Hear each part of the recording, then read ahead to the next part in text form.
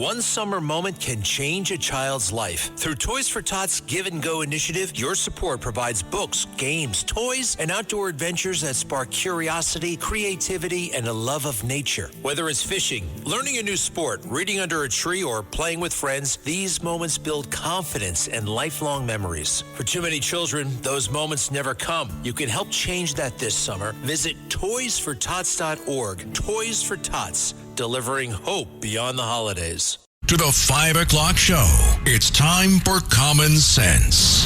Now, it's Katz and Cosby with John Catsimatidis and Rita Cosby, standing for truth, justice, and the American way, bringing common sense to the world. Now, here's John Catsimatidis and Rita Cosby. I would fly higher than an eagle. You are the wind beneath my wings.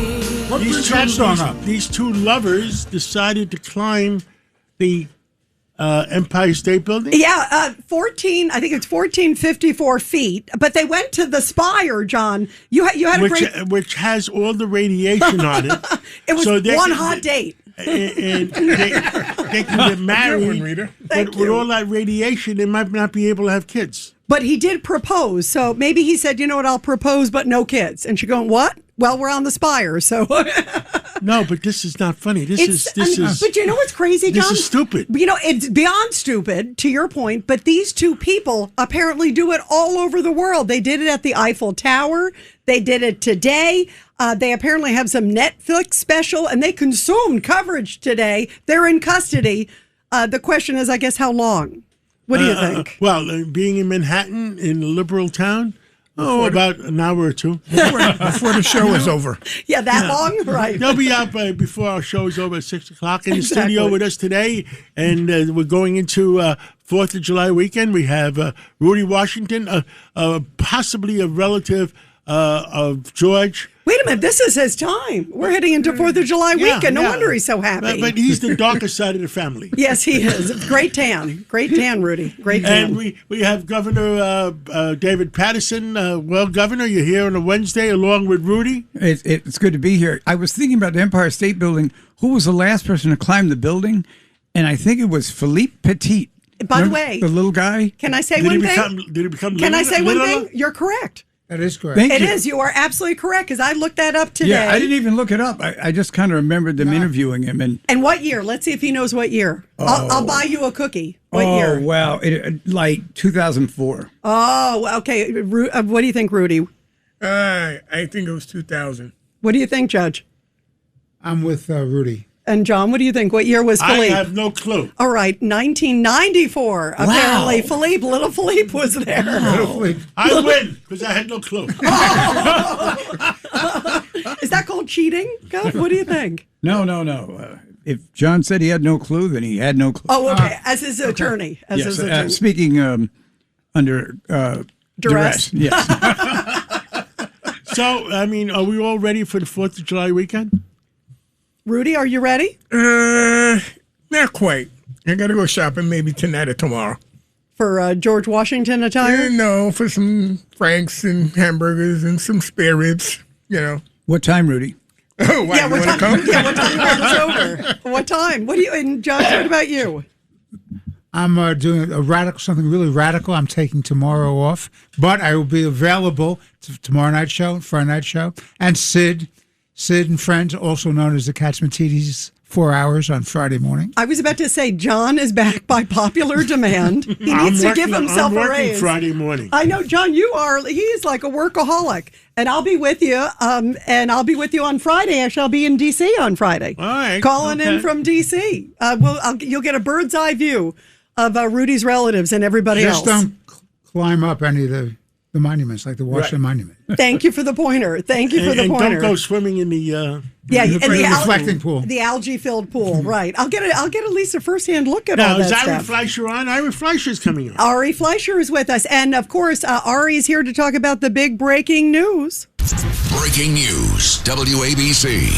So, is it a socialist trend? Last night, Milo Kiros won. She's a democratic socialist. She essentially said that America deserved 9/11, that it was inevitable. Also said that October 7th against the Jews by Hamas was inevitable. And she beat a longtime incumbent there, 15-term incumbent in Congress, and the Democratic primary there for Congress in Colorado. And the incumbent wasn't exactly a conservative. She was on the left as well. That's a great point, because the incumbent, Diana DeGette, anti-police, anti-ICE, and yet she's not far left enough. Wasn't crazy enough for the Democrats. Isn't that amazing? So joining us to talk about all of this and so much more, who better? Our favorite, Ari Fleischer, former White House press secretary. Ari, what does this mean? Does this mean that this crazy brand of socialism is going to go coast to coast? Well, the socialist bloc has planted itself firmly inside the Democratic Party, or maybe even outside. They're on the march, and it's not just the now 7 socialists in the United States Congress. It's also the mayor of New York City, the incoming mayor of Washington, D.C., in all likelihood, the mayor of Seattle, the New York State legislature. There are a bunch of liberal state senators and assemblymen who lost their race to socialists in primaries. This is going to be a curse that bites the Democrats, you know where, and is going to be a blessing for Republicans.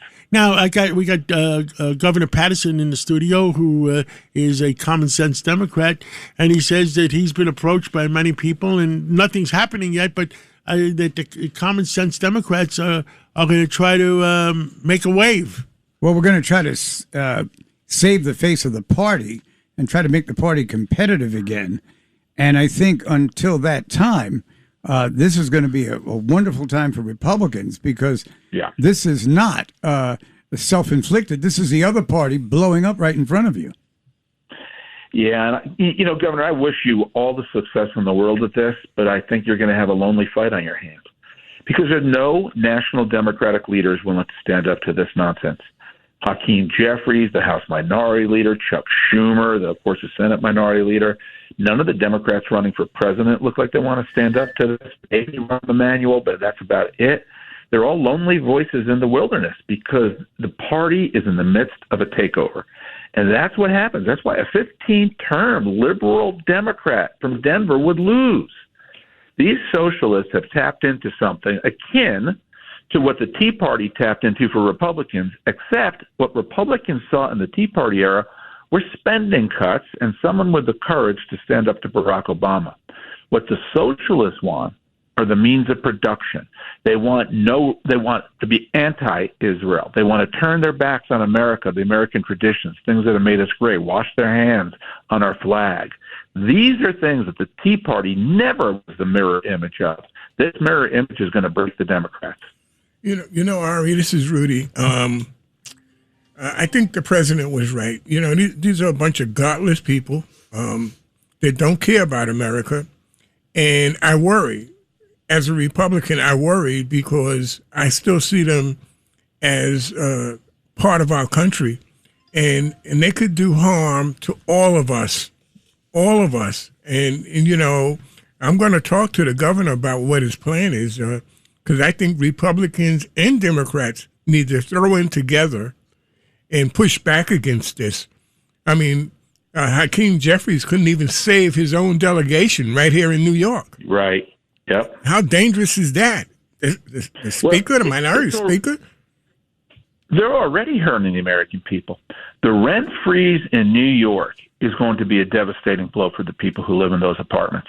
It sounds so good, doesn't it? Freeze the rent. You don't have to pay rent anymore. Isn't that great? I don't have to pay rent. My rent won't go up. Well, who's going to maintain your building? What are you going to do as it crumbles, falls apart, and landlords don't have the money to repair it? Landlords have bills too. And the answer is never the socialism that has the easy answer. We've seen that around the world, and now it's come to Manhattan. Now it's come to New York City. That damage is being done already. People are just being fooled. Yeah, who's going to build affordable housing here in New York City? It'd be crazy to do it. Well, affordable housing, it's like New York City Housing Authority, NYCHA. 30 or 40% of the people in NYCHA don't pay rent. And then they wonder why the conditions they live in are so bad, and then it's going to lead Montgomery saying these landlords are slumlords. They can't keep up with their buildings and their obligations. Therefore, we have no choice but to take it over. And then it becomes public housing. which makes it even worse. This is the story around the world. We have seen this in many places around the world. We haven't seen it in the United States until now. Judge Weinberg. So, but Ira, the problem is that this is not a collateral consequence that they didn't think of. There really is a housing czar for the city of New York who thinks private property is the worst thing in the world. And this is a calculated attempt to force landlords to abandon the property so that the city can take it over. And the worst housing in the city of New York is a public housing authority. Why doesn't he start there? Clean that up. Just what I said. That's exactly right. There are cities across America doing the opposite thing. They're cutting regulations. They're welcoming developers in, and particularly with what's going on with people who came to America illegally now having to leave America, rents are coming down. Rents are coming down because municipalities are treating people well. They don't treat business like they're the enemy. They say we're all in this together. And if we have onerous regulations, we want to cut those regulations and let you build housing faster. California's proved the opposite. They hadn't built a house. You can't build anything in California. And that's why it's so expensive. Harry, we're building, our real estate company is building in Florida, in St. Petersburg, Florida, and it's all Democratic. But the mayor of St. Petersburg says, well, we are a pro-business Democratic city. And where it takes 2 years to get permits in New York, you get them there in 3-4 months. And that's particularly the case around the South, where they are just pro-business, and a lot of it still are local officials who are Democrats, but they're not New York Democrats. They're not socialists, and that gets to the bigger point, Rita. This is where you started. They're not socialists. They still have American common sense. They still know what makes America ingenuity and success possible. And these red cities, these socialist cities where they're upper educated, mostly young groups who want to stay in college till the age of 30, 32 years old, they complain about affordability. They stay in school. They're getting PhDs in nothing, in sociology. They don't have jobs. They brought it on themselves. Ari, you brought up the sort of ruse of democratic socialists, and I just saw something today. This was pretty interesting. This is about sort of the education of them. 80% of, this is their own survey, Democratic Socialists of America did their own survey a few years ago. 80% plus have college degrees.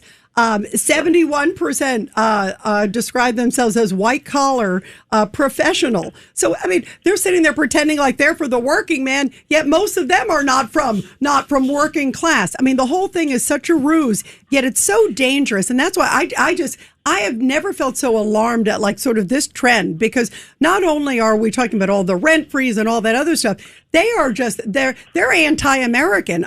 They say, okay, we brought 9/11 upon ourselves, and they say that with a straight face, and they live in America, and then they say that Israel essentially brought October 7th. What's wrong with these people?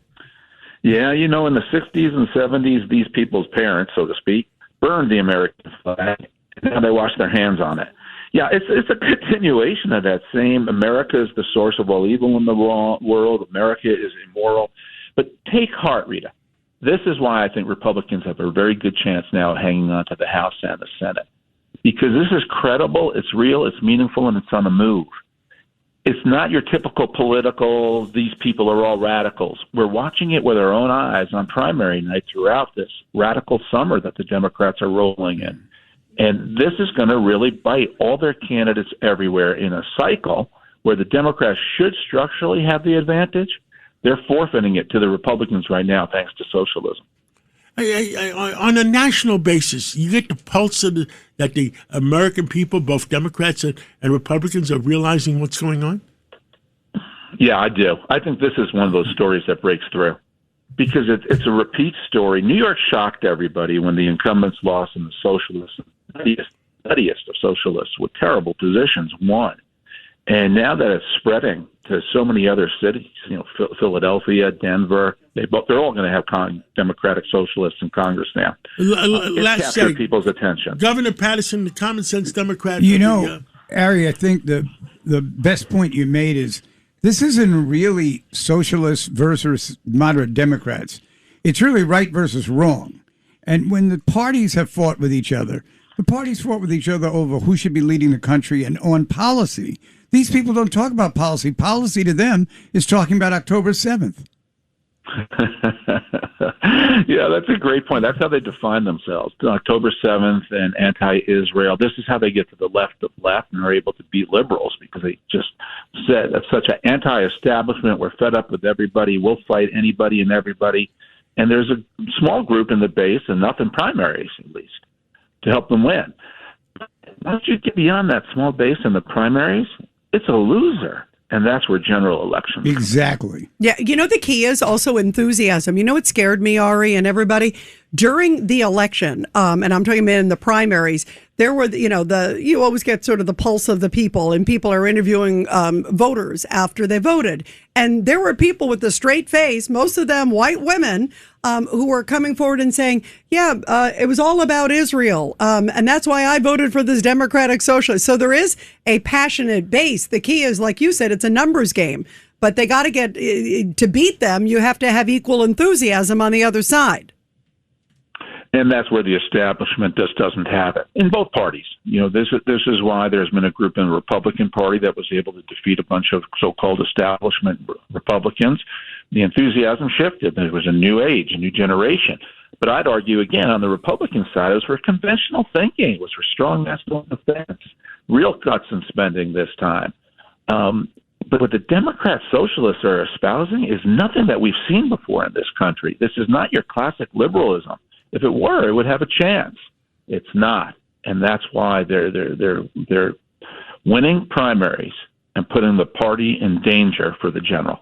Yeah, no doubt. Well, Ari Fleischer, thank you. We always love having you on, Ari, and have a great 4th of July, Ari, too. And keep fighting for America, Harry. Thank you. Will do. Happy 250. Yes, absolutely. The greatest country. We're not perfect, but we have the greatest country by far, Ari. Thank you very much. It's great to have you.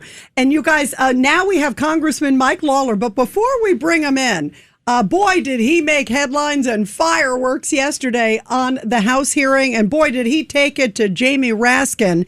The hearing was about illegals in America and Sheridan Gorman, who is, of course, a New York resident who was horribly killed by an illegal. She's the Loyola University student in Chicago.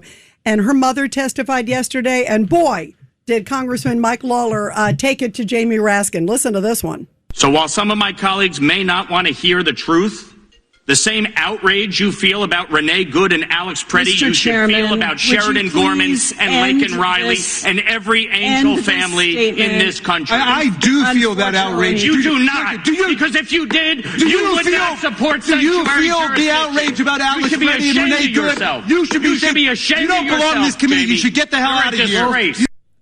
Is that a slow day on Capitol Hill? Wow. It sounded to me like our pre-show meetings. Yeah, it did. It really did. When we get up in the morning, wait a minute.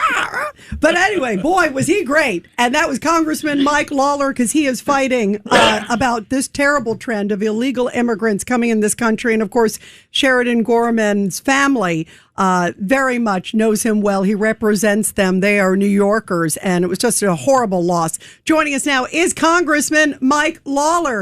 Congressman, bravo. Where's the applause, first of all, for you? Because you know what? I watched that live, and I said, bravo to the congressman.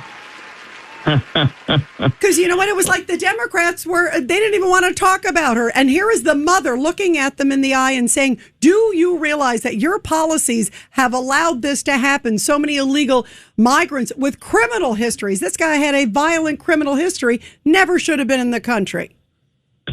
Well, let me tell you, Rita, it was shameful sitting there listening to Pramila Jayapal and Jamie Raskin as they cravenly dismissed the Gorman and Abraham families and complained that this was the fourth time we were having a hearing on sanctuary policies and that there were other more important things to discuss. Jessica Gorman should not have had to be there yesterday. She should be home enjoying the summer with her two daughters, Sheridan and Madeline. Instead, she's having to mourn her 18-year-old daughter Sheridan's death because she was brutally murdered by an illegal immigrant that entered into this country under Joe Biden's open border policies and then was arrested in Chicago for shoplifting and released under their disastrous cashless bail, pro-criminal policies, and sanctuary policies back out onto the street only to murder this 18-year-old girl, shot her in the back of the head. I mean, one of the most tragic moments yesterday was Jessica Gorman talking about how she's grateful that her daughter was only shot, that she wasn't raped or worse. It just the whole situation was horrific. And listening to the smugness, the arrogance, the condescension of Jamie Raskin and Pramila Jayapal before I even spoke. I was there to introduce Jessica Gorman, and then they kept cutting me off, trying to stop me from speaking because they didn't want to hear what I had to say, which was to call them out for supporting these disastrous policies. And ultimately, we got into that screaming match, but I wasn't backing down. I wasn't going to take their crap after Jessica and Tom and Madeline had to sit there and listen to them dismiss them. We should play it one more time. Yeah, let's play it one more time. So that way, now that the people know what we're talking about better, if this the second time, I think they'll hear it better. Here it is, back by popular demand.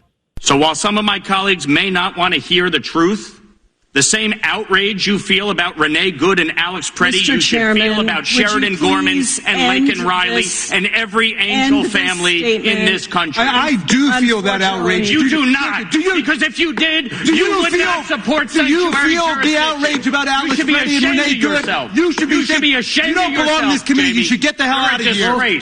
Okay, for the people out there, our million listeners that are hearing it for the first time, explain to them who was calling or yelling at who. Yeah, and obviously that was you, Congressman, right? Yeah.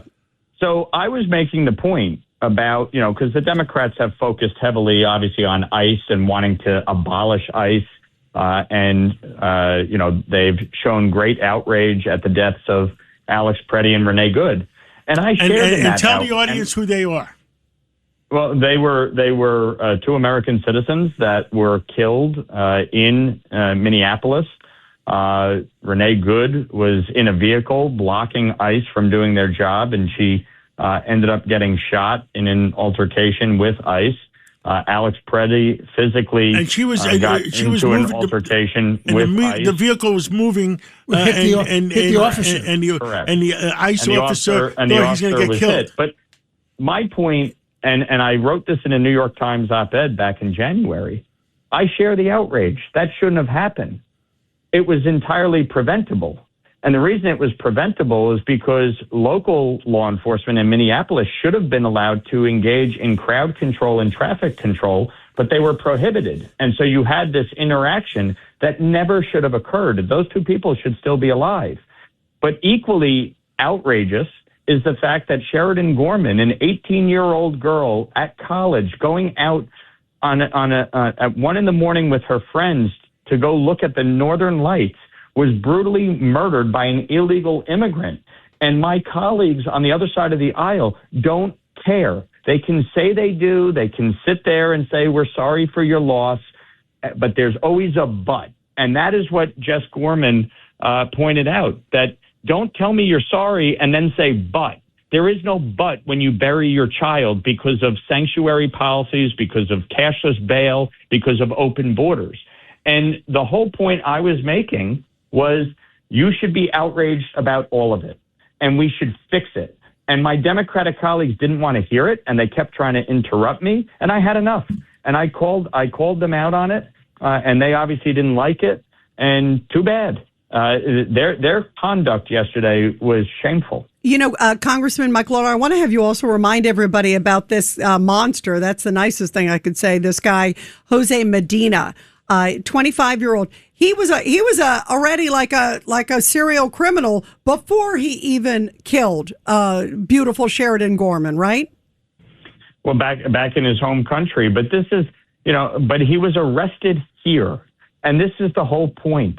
If you commit a crime and you are in this country illegally, goodbye. This isn't that hard to understand. And what the Democrats refuse to tell people and what they refuse to accept is the fact that in New York, Kathy Hochul just signed a law prohibiting local law enforcement from cooperating with immigration and federal law enforcement officials when it comes to honoring detainer requests on people who are committing crimes under state law. Under state law, they keep saying, well, you need a federal judicial warrant. Well, the only way you get a federal judicial warrant is if you commit a federal crime.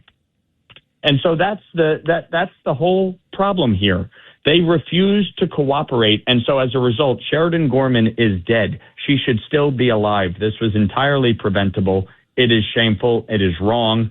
And we are not going to stop until we end sanctuary cities across this country. And by the way, the guy, Jose Medina, he had a shank found on him after he was taken to custody while in jail now. So his serial crime continues. I mean, this is one bad dude. Governor Patterson. Congressman, every time I hear you speak, I'm just more impressed, and particularly the even-handedness you displayed about the two murders. It wasn't like a left murder and a right murder. It's a murder of four people who were human beings. And the fact that you stood up for the people you brought in there, if it was a member of my family and I heard that kind of outrage and that kind of insinuation that was coming from the other side of the aisle, which unfortunately is the aisle that is the Democratic aisle, I would have probably gotten up and swung at somebody. Well, it's I will tell you, and I generally keep my cool. I was outraged sitting there. Before I spoke, before Jess spoke, we had to listen to almost 20 minutes of diatribes from Pramila Jayapal and Jamie Raskin. Everything was about Trump, Trump, Trump, Trump, Trump, Trump, Trump, and that they were angry that they had to sit there and listen to more hearings about sanctuary cities. And, to me, it's not about sanctuary cities. It's about the consequences of sanctuary cities and the fact that an 18-year-old girl is dead because of this idiotic policy that protects illegal immigrants. Jessica Gorman's testimony, it was about 10 minutes long, her opening statement. I truly encourage every single person to go watch it. It is one of the most powerful testimonies I've ever seen somebody deliver. We'll put it on the WABC website link. I appreciate it. It is the most powerful testimony you will see. It is a mother asking members of Congress very simply, choose us. My daughter's life mattered. Why does an illegal immigrant criminal matter more to you than protecting my daughter? Any parent can understand the anguish and the pain that Jessica Gorman and Tom Gorman and Madeline Gorman are feeling because of stupid, idiotic policies that need to change. I saw it. It moved me to tears. Bravo for fighting the good fight for all Americans. Congressman Mike Lawler, thank you very much. Thank you so much. Thank you. Thank you. Thank you. Thank you so much. And you guys, we're going to take a break. And we're going to come back with Peter King? I can't wait. Can't wait either. Common sense recap of the day's biggest stories. It's John Catsimatidis and Rita Cosby. Cats and Cosby on 77 WABC.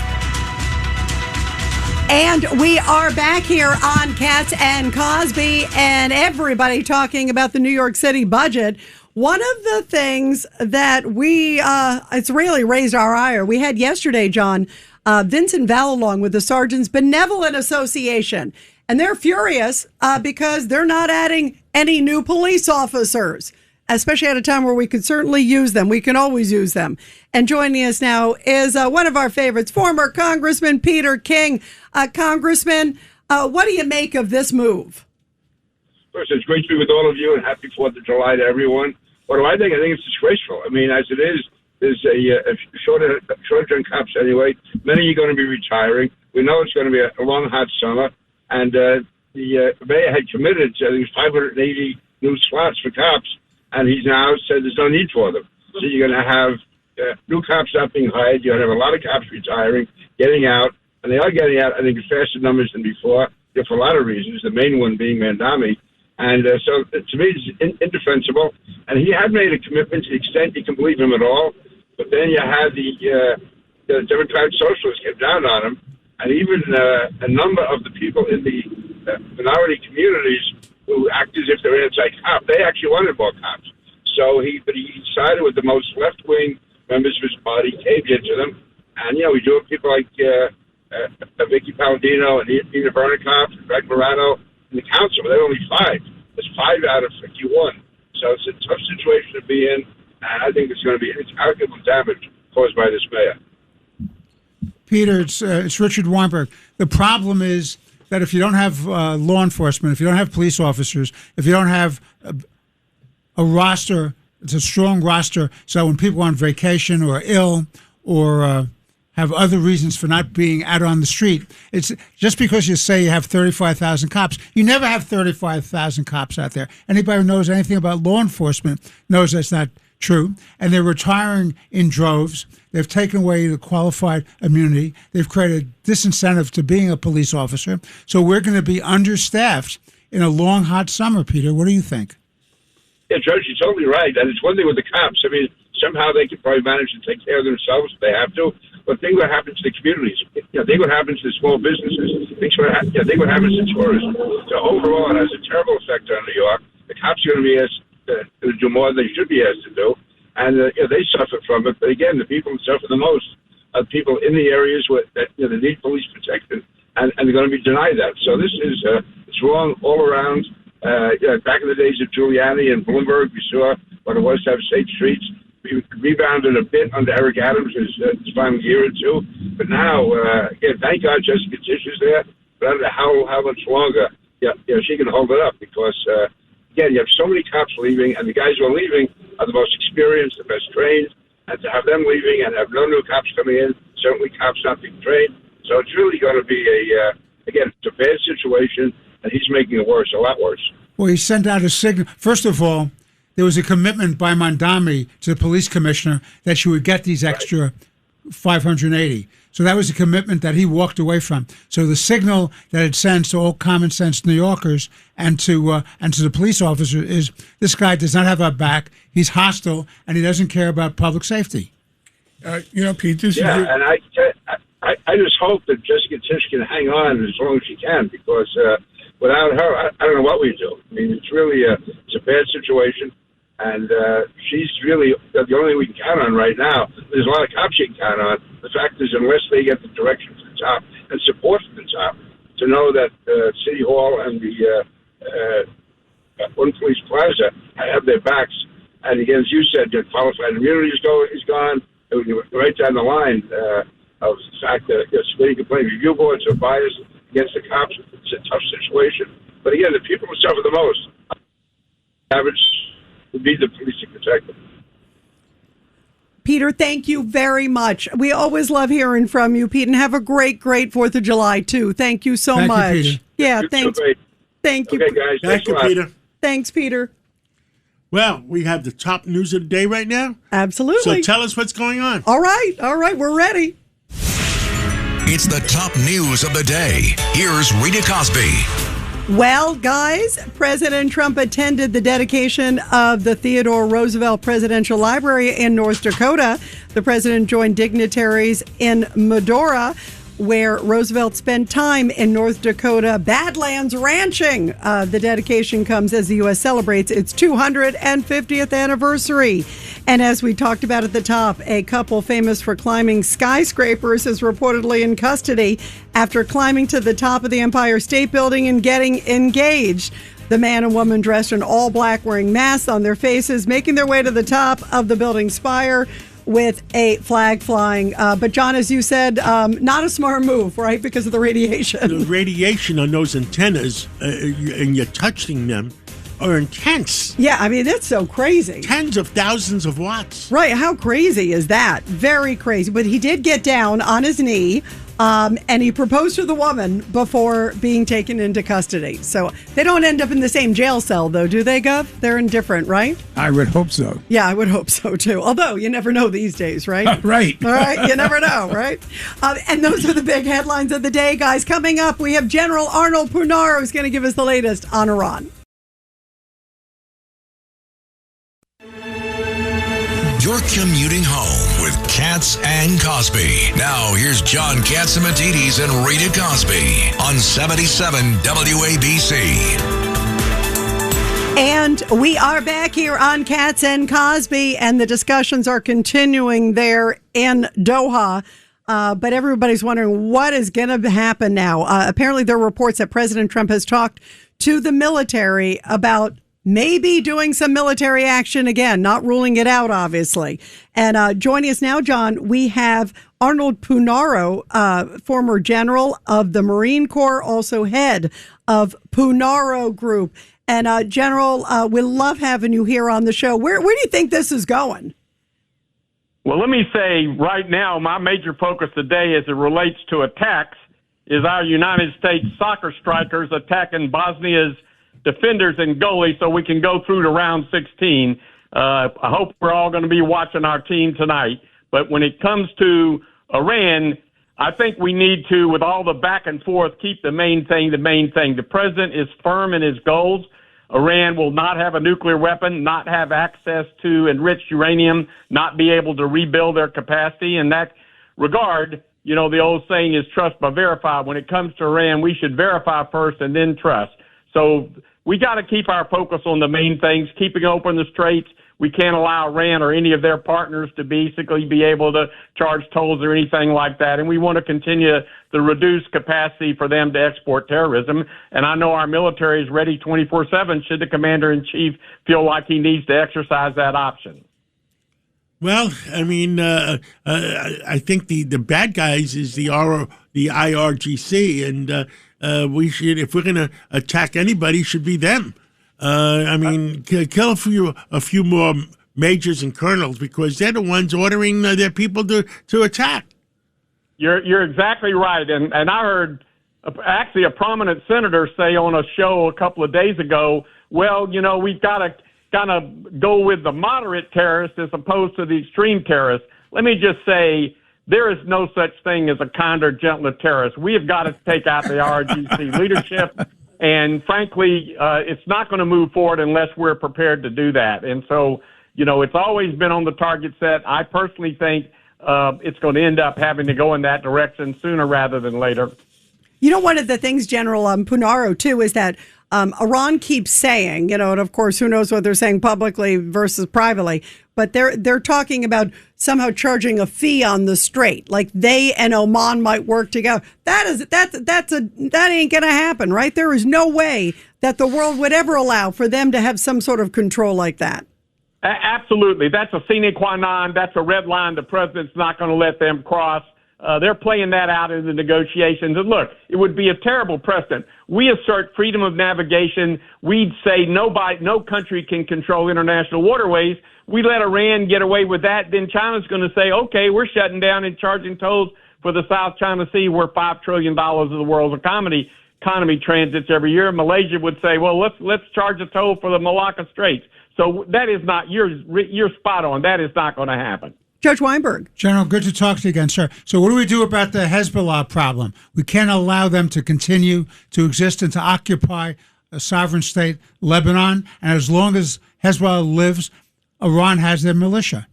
By the way, did you see that Netanyahu? They're not going to abide by the negotiation that Secretary Rubio, Israel. Look, Hezbollah, Israel's going to have to deal with Hezbollah. That's the bottom line. Did you see? I was going to say this was wild. I say, wow, Netanyahu really sent a message. He shows up in the buffer zone there in southern Lebanon, did a surprise appearance and said, "Hi, troops, I'm with you. You're not going anywhere." That was in the last few hours. What do you make of that? I think that's the right thing to do because you can't trust Iran and you can't trust Hezbollah. They understand. Does anybody remember October 7? I mean, these terrorists strike at a moment's notice. Well, General, this is Rudy at Washington, and I'm from the school. I don't understand why we're still playing with this. I think their game plan is to drag this out to the midterms and let the press do the job for them and the Democrats do the job for them. To control Trump, make him lose the midterms. I think that's their end game. I would reinstate the economic sanctions. They are feeling the economic pressure. I wouldn't let them sell their oil. I wouldn't let them get any revenues right now until they do the right thing, which I don't think they're ever going to do. Right. Wow. Well, I agree. Yeah, it's a mess. It is a mess. Well, General Punara, keep us posted. We just have to play out our cards. Yeah, and listen, President Trump is on standby, as you Meanwhile, said, John. What did the price of oil close at today? Let me look at it. Oh, wait, here we go.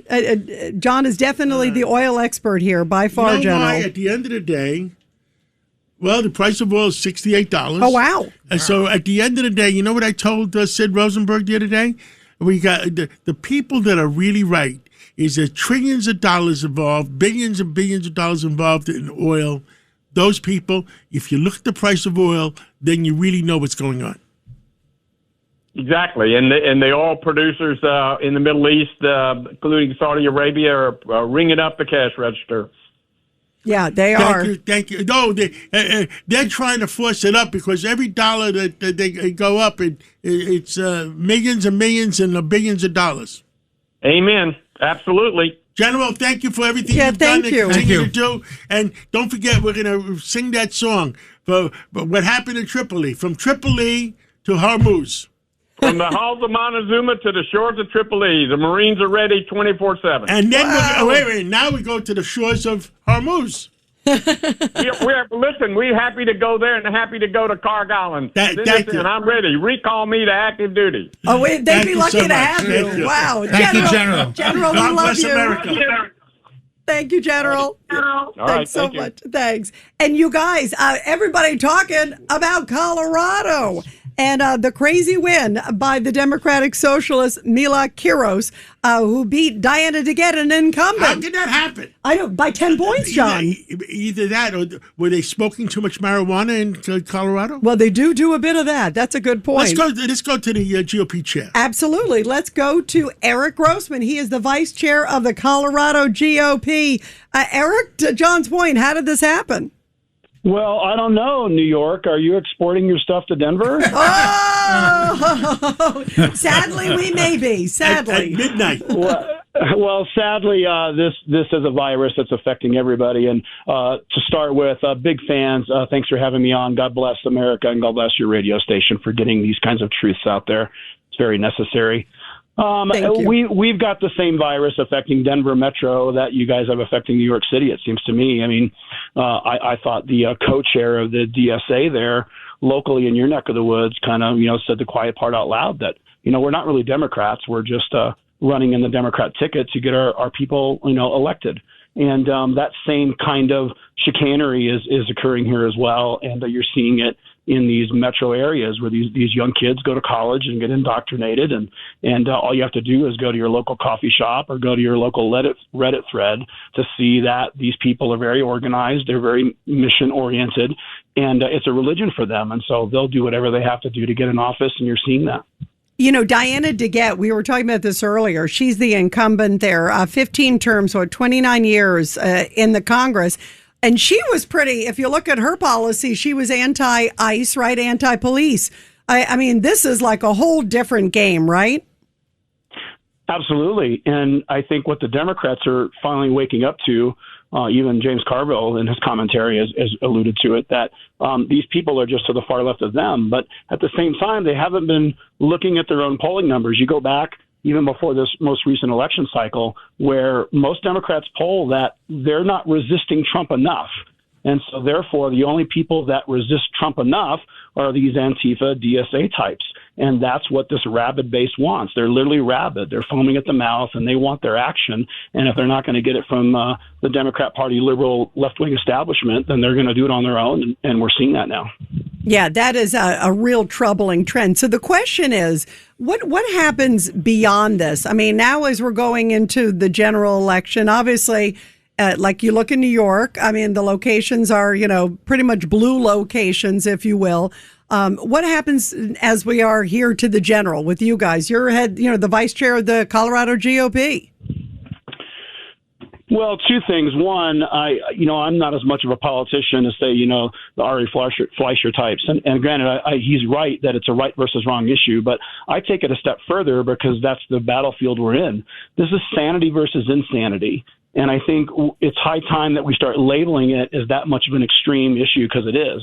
I mean, we're well beyond McCarthy era isms now. We're to the point where this is a war, and we got to start fighting it like that. Yeah, Colorado specifically, we're set up for failure here in the way the primary structure is laid out for us. They snuck in back in 2016 an open primary system where it basically makes the party apparatus somewhat irrelevant, if not majorly irrelevant. And all of a sudden now we have to placate to unaffiliated voters who have no skin in the game. They don't pay enough attention to politics. They don't know anything about history, and they don't understand that this socialist Marxist stuff is overtaking us all. But we have to play in that game here, and that's why we get weak people elected, and it leaves the door open for people like this young woman in Colorado to throw out a long-term incumbent and bring these socialist things to the forefront. Mr. Grossman, like you just said, people don't understand what made this country great. And, I'm a Republican, but I'm very fearful, and I understand that this is not just a Democratic Party problem. This is a problem for our country. I mean, I'm not immune to the craziness here in New York. I mean, you don't put anybody in jail, I got to walk these streets. I mean, so, I'm not looking at this as a Republican, Democrat. I'm looking at this as an American. I think we're being threatened as a country, and we don't see it. Well, and even a step further, it's Western culture in general. Yes, I mean, I find it astonishing that when you look back at history and you see what's happening now, more people are not awakening to these people want us destroyed. They don't like Western civilization. They don't like Western culture. They don't like the gains that humanity has made. I mean, we're talking about going to Mars. Humanity has come such a long way, but these people want to go back to the Stone Age. And it's just astonishing to me that more people can understand that, once your cell phone doesn't work, once, there's no power and most of these people can't even, light a fire to stay alive, that this whole Western civilization will come crashing down on us if we don't wake up and smell the coffee, that these people want us destroyed. And the only thing we have to do is make them irrelevant to making decisions in modern day culture. Yeah, that is for sure. Well, let's pray for America. And we're praying for you in Colorado. I'm sorry you have the same sort of disease that we have here in New York, unfortunately. Sorry about that. Well, and pray for all of us. I pray for this country. I mean, it is the golden age opportunity, as the president espouses, that we have an opportunity to take the educational component of being 250 years old and make sure that we don't end up like Rome. And we've got to let people know that it's timely that we're 250. We got to make sure we survive another 250, and we won't unless we get more people awakened to the challenges and the imminent disaster that's around us if we don't fight back. Great points. Save America. And we're the greatest country in the world. We got to keep it that way. Thank you so much, Eric Grossman. Thank you. And thank you for your great analysis there from Colorado. Thanks for having me on. Godspeed. Thank you for being on. Thank you. And I understand. What do we have on now? Yeah, I understand. We have Steve Moore calling in. Let me take that one. Calling in right now, we have Steve Moore, more money.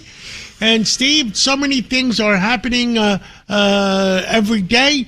It's Thursday night before 4th of July weekend. What do you want to talk about? Well, one of the things I want to talk about, we're really celebrating two birthdays. We're celebrating, obviously, the 250th birthday of the greatest nation in the history of the planet. And we are all so blessed as Americans to have won the lottery of life, to be born. Most of us were born in this country. Many of us came here. And, it's the greatest, most prosperous place. It's a land of opportunity, despite our flaws. It is a place that, if you noticed, everybody in the world always wants to come here to the U.S. of A.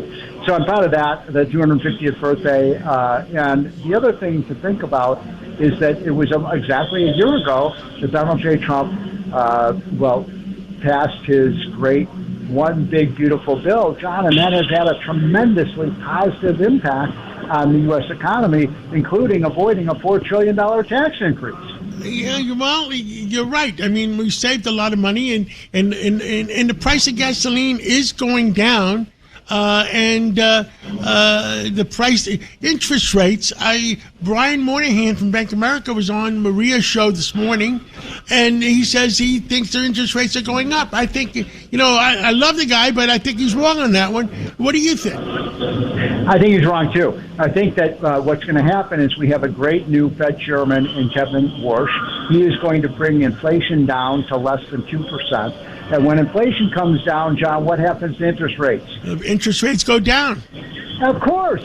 So I think some of these Wall Street, mavens, they've got it wrong. We're going to bring inflation down, just like Reagan and Volcker brought inflation down in the late 1970s, early 80s, and we had a big reduction in the mortgage rate and the 10-year Treasury bill, and it unleashed an incredible period of prosperity. I'm super bullish on this U.S. economy. I think we're ready for a big boom. I think AI is going to add to productivity, and that's going to reduce costs as well. So no, there will be no. I feel pretty confident in telling you that we are not going to see any rate increases, not one this year. Well, I think I'm deep down inside. I think they're going to go down, but that's besides the point. Yes, I think it's more probable that we see rate cuts this year than rate increases. Understood.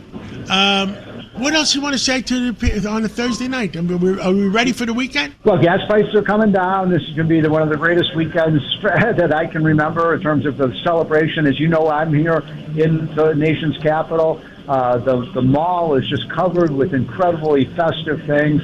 I'll be on the roof of a building on Pennsylvania Avenue on 4th of July watching the incredible fireworks display. I'm just super excited about where our country is. And, for all our problems, we are still the freest, best, and most prosperous place on the planet. And that makes me proud to be American, to think about what it was like 250 years ago when we had 3 million people. Now we have 350 million people. Everybody wants to come here because this is a land that God smiles upon. Steve Moore, we always have fun talking. Let's talk again on Sunday, and God bless you and God bless America. And I'll be listening to you on Saturday. More money. More money. More money. And, John, we're going to take a break, and Rich Lowry's going to join us. He's got a bone to pick with Mondani and what he calls the dodge and weave on his views of Israel.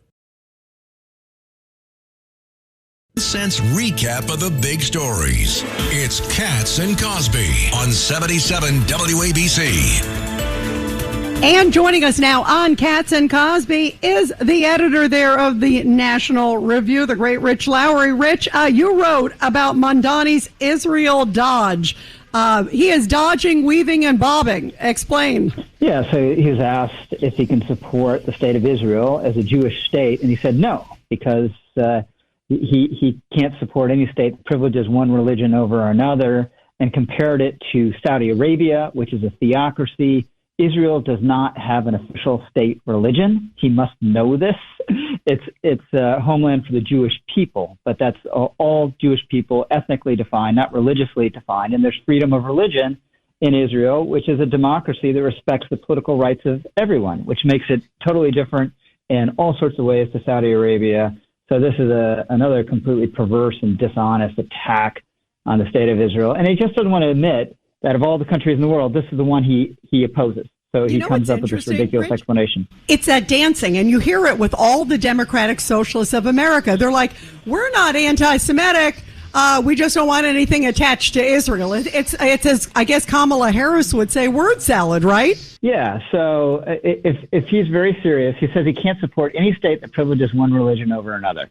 So that means basically the entirety of the Muslim world he doesn't support, like every country in the Muslim world, more or less.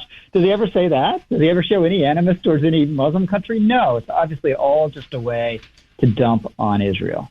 What do we do from here? I mean, do you think he is 100% serious, or you think he's just playing the violin to his crowd?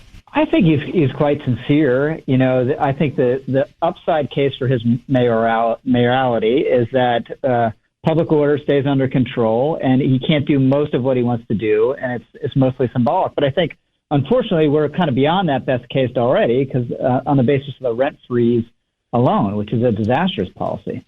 I think it's that rent freeze is not take effect till October 1st, and there's an appeal process that I think the real estate industry is going through. Yeah, I mean, if it can be delayed or stopped, that would be fantastic. But he's stacked that board and going to get his way, I fear. Yeah, but it still has to make sense because, you can't raise taxes and real estate taxes and water bills and then freeze rents. It's not economically fair to all. Everything has to be economically fair to everybody. Yeah, well, that's what the market is about. And the rent control and rent stabilization are a huge distortion of the market. And if you get the extreme version of it, you go back to the New York City of the 1970s where landlords just basically quit on their own properties because they're no longer economical to maintain. So you get housing either abandoned or deliberately burned down. So I think we're some ways away from that, but that's clearly the direction he wants to go policy-wise. And in the meantime, he's not increasing police. He still wants, I don't know if you saw this, Rich Lowry. We had the Sergeants Benevolent Association. Oh, yeah, yesterday, and they're mad as hell because they're supposed to, a lot of their sergeants are retiring and a few of them are quitting. And no one's coming in. And they changed the budget and nobody's coming in. Yeah, and they were supposed to have, John, like close to 600 of them, and they're not hiring them. And then you couple that, Rich, also with the fact, he wanted these protests to continue at all the schools. Luckily, New York City finally passed a law where people can't protest K through 12. But remember, he wanted protests everywhere, and he's still going to get them at the colleges. So that's not going to be fun. Yeah, no. And on the policing, just maintaining a safe city, it's not always easy, but it's relatively simple. You just need a lot of cops, and you need to arrest dangerous people and get them off the streets and hold them in places like Rikers, which he wants to shut down. Yeah, there are so many layers to this, Rich. Well, let's pray for New York, and let's pray that everybody is treated fairly. And this is a really disturbing trend that we're seeing across the country. Any checks and balances coming from Albany? Yeah, I mean, in the sense that I don't think he's going to get all that he wants from Albany. But I just think it's very scary, John. This is the wave in the Democratic Party. We're seeing it all around the country, not just in urban areas. Maybe you can put parentheses around New York City. We're so progressive and so left wing, but it's happening everywhere. So Mamdani, I think, at least for the time being, represents the future of the Democratic Party. Wow. And we saw, last night, the big one there in Colorado. I think a lot of people are afraid of that one. Rich Lowry, thank you so much. Have a great 4th of July if we don't talk to you before then. For you and your family, Rich. Thank you. God bless America. Breaking news, WABC. And John, as we were talking about Mamdani with Rich just now, Kamala Harris had a phone conversation with Mamdani and apparently reached out to him and seems to be talking about 2028, her ambitions, but she clearly wants Mamdani on board. What do you make of that, Judge? Not much. Well, he can't be vice president. Right, exactly. He can't. Wasn't born here. Right, born in Uganda. But maybe she wants his sort of the DSA blessing or the support of the DSA. Listen, she's nothing but an empty suit and an opportunist. So what do you expect her to do? She's ambitious beyond her abilities. Well, and speaking of another breaking news we got real quick. Breaking news, WABC. I want to just talk about the funeral that's going to be happening soon for Russia's top banker, because Russia's top banker came out is begging Putin, get this, to end the Ukraine war, and he's issuing him a stark warning, saying the economy simply cannot survive now that it's made public. Stay away from windows. Stay away from windows. And I think don't go above the second floor. And I think he needs to open up a GoFundMe account. And he needs an official taster. He needs a special taster. I don't think he's going to last long if you complain about Putin. Wow. Well, guys. What do we stand for? Yes. Truth, justice, and the American way. God bless America. Thanks for listening to Katz and Cosby with John Catsimatidis and Rita Cosby. You can hear Katz and Cosby weekdays at 5. It's the 5 o'clock show on 77 WABC. If you like the podcast, share it with your friends and listen anytime at WABCRadio.com and download the WABC Radio app. Hit that subscribe button on all major podcast platforms. Plus, Plus, follow WABC on social, on Instagram, TikTok, Facebook, and X. See you next time for a new episode, so you never have to wonder. What the heck is going on here? In this 25th anniversary year of September 11th, the Tunnel to Towers Foundation continues to honor America's heroes. Heroes like Fire Lieutenant Michael Wells, who was inspired by 9/11 to serve his community. After 14 dedicated years of service, he lost his battle with occupational cancer, leaving behind his wife, Katie, and their 3 children. Tunnel to Towers honored Lieutenant Wells by paying off the family's mortgage in recognition of his sacrifices. Donate $11 monthly and amplify your impact with a car or land donation. Go to T2T.org.